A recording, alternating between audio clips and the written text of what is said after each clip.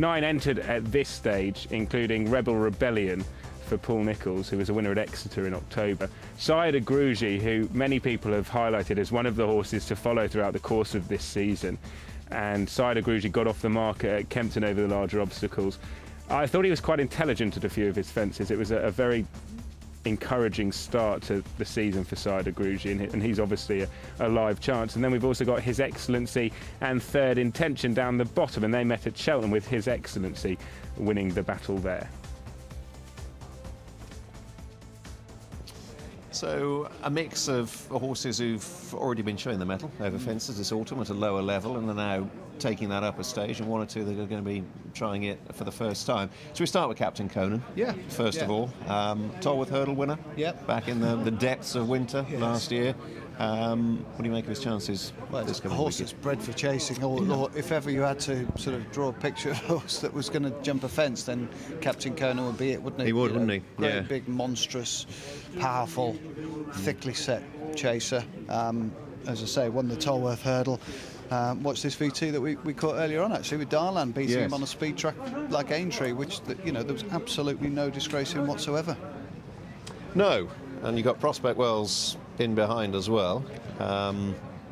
Might get a line in the novices chase for the Racing Post Hurdle a little later that afternoon if Captain Conan... I mean, the difficulty at this stage, of course, we don't know what is going to turn up on Sunday in this race. And it has been a race that Paul Nicholls has farmed in recent seasons. I think he's had 6 winners in the last 10 years. Yes, and some familiar old names that have won that race as well. And he might just have Rebel Rebellion in the lineup on Sunday. He was an Exeter winner when the trainer thought the race would make him that bit sharper.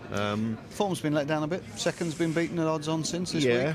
Yeah. I thought, taking the performance in isolation, I thought it was a nice enough performance, and it was a good starting point for a horse who has had a few problems along the way.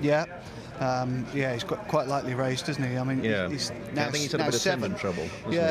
He's not the. I wouldn't say he's the archetypal type for this race and the Paul Nicholls type for this race, is he? That's a good point. He doesn't, he's a little bit longer in the tooth than some of Paul's winners in this race before now, and he doesn't strike me as having the same sort of profile. But the fact that they've bumped him into this one would suggest that they expect a good deal of improvement from that Exeter run, I would suggest. Yeah.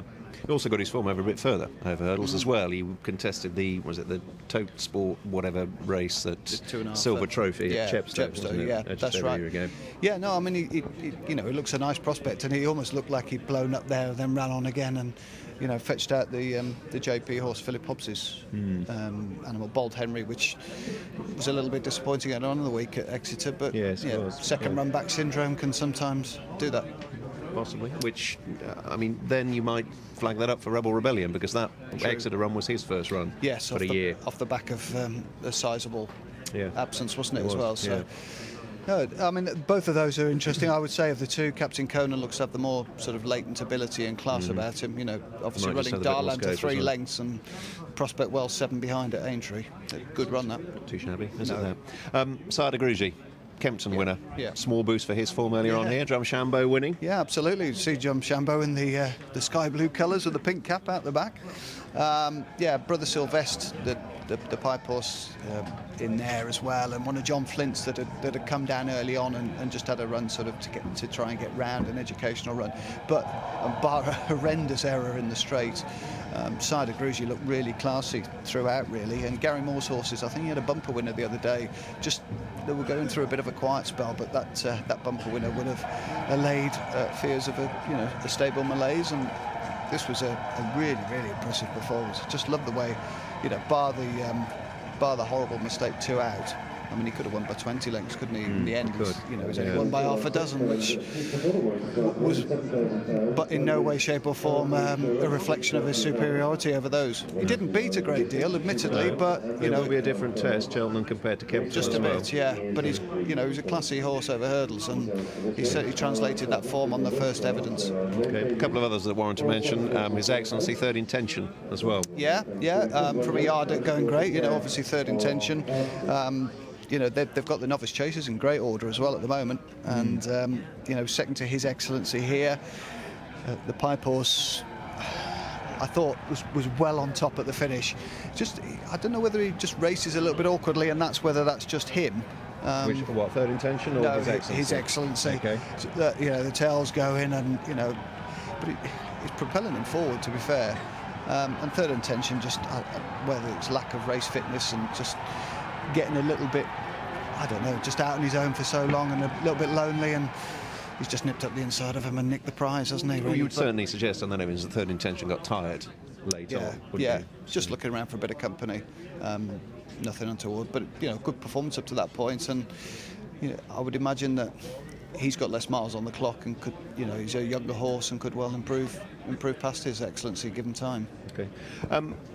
Assuming that Captain Conan runs in this race on Sunday, it's really sort of to keep the winter alive at an early stage in the novice race. We want to see him win, don't we, on Sunday? Yeah, we do. Rather than finish a creditable second to one of the others in the race, because he's just the one in the race, and this is no discredit to the rest, but he's the one with a sexy profile, isn't he? Well, he is. The stable have already got live candidates, haven't they, for the minimum chasing prize, as it were, in the novice ranks.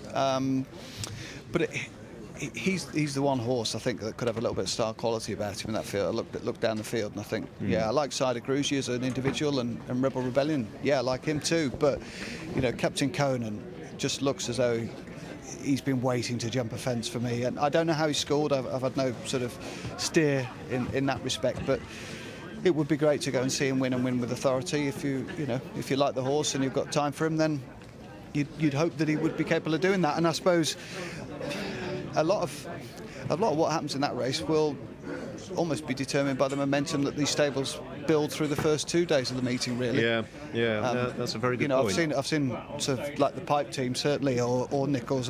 If they get on a roll, then it just seems to inspire confidence, and the results come from there. So Nicky will be hoping that he gets 1 or 2 positive results through the first couple of days of the meeting, and it rolls on through Sunday, where he's got some great chances with the likes of Darlan, etc. as well. Yeah, and the small matter of Sprinter Sacra. Yeah, quite. I mean, it could be a momentous day Sunday, couldn't it? It's boiling up to be an absolute fantastic day. A very good day or a very bad day, couldn't it? It's one of those days. Or a bit of both. A bit of both. You just don't know, do you? But I mean, there's 3 brilliant days racing. Can't wait to tackle them, really.